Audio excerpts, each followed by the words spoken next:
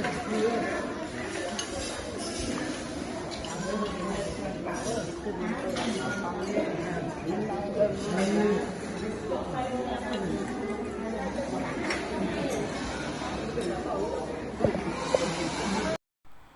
ស្តីជំរាបសួរបងប្អូនបាទនៅក្នុង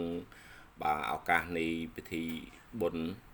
បាទវេនបិណ្ឌនេះបងប្អូនបានទៅវត្តហើយរនៅបងប្អូនអញ្ចឹងនៅក្នុងពិធីវេនបិណ្ឌបាទយើងបានបាទទៅវត្តដើម្បីរៀបចំបាទអាហារភោជនាហារផ្សេងៗជូនដល់បាទលោកតាលោកយាយបងប្អូនអញ្ចឹងជាកិត្តិយស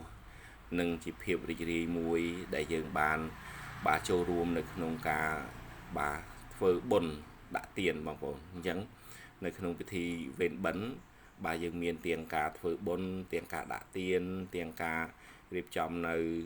បាទអាហារសាមគ្គីផ្សេងៗបាទយើងមានភាពរីករាយណាស់បងប្អូនដែលបានឃើញបាទការបាទទទួលទានអាហារជួបជុំបាទទាំងលោកតាលោកយាយទាំងបងប្អូនជួបជុំគ្នាអញ្ចឹងណាបងប្អូនបាទអញ្ចឹងការធ្វើបុណ្យទានគឺជ្រះថ្លាទាំងចិត្តជ្រះថ្លាទាំងកាយនិងការដាក់ទានផ្សេងបងប្អូនអញ្ចឹងចូលដល់វគ្គនេះគឺយើងនិយាយអំពីការសម្ដែងធម្មទេសនារបស់ព្រះសង្ឃបងប្អូនអញ្ចឹងនៅតាមបាទវេទបិណ្ឌពេលល្ងាចរៀងរាល់ថ្ងៃបងប្អូនអញ្ចឹងគឺយើងតែងតែមានការសម្ដែងធម៌ការស្ដាប់ធម៌ទេសនាគឺកើតនៅបញ្ញាបងប្អូនអញ្ចឹងតាមព្រះពុទ្ធសាសនាបាទលោកបានសម្ដែងហើយបាទអ្នកដែលបាន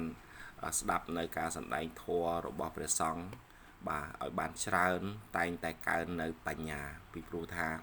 បាទយើងបានដឹងហើយថាការសម្ដែងធម៌នៃព្រះសង្ឃគឺសម្ដែងនៅបាទបញ្ញានៃព្រះពុទ្ធសាសនាផ្សេងៗតាមបែបពុទ្ធសាសនាអញ្ចឹងសូមបងប្អូនបាទស្ដាប់នៅការសម្ដែងធម៌ដោយតទៅអញ្ចឹងនៅតាមវេទបិណ្ឌនីមួយៗបាទគឺតែងតែមានបាទអញ្ចឹងនេះគឺជាការសម្ដែងធម៌របស់ព្រះសង្ឃនៅក្នុងវេនបិណ្ឌទីបាទ8អរគុណមកបានថ្ងៃនោះវាមិនអាចស្បដល់ទេវាបានតែត្រូវការបំផាត់ការទៅមានបន្តិចបន្តួចដល់កន្លងពីមួយទៅឆ្លងហើយការដែលក្នុងថ្ងៃនេះយើងមានពុទ្ធបរិស័ទ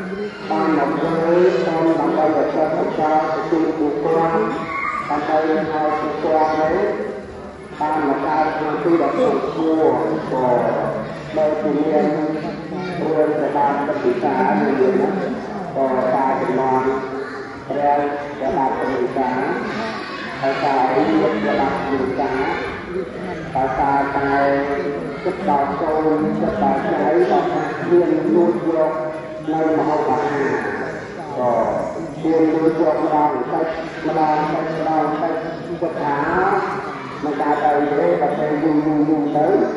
ក៏ទៅបាទជាតែស្លាប់ទៅក៏កើតពីតែបើទៅក៏កើតពីតែហើយយូរណាស់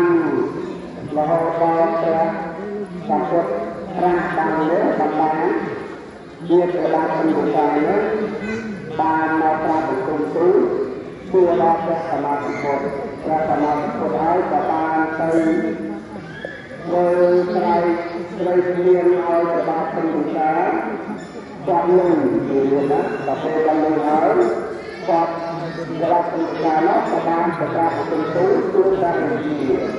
ដល់ពេលព្រះជាប្រាប់ដឹងរឿងរ៉ាវចង្អុលហើយ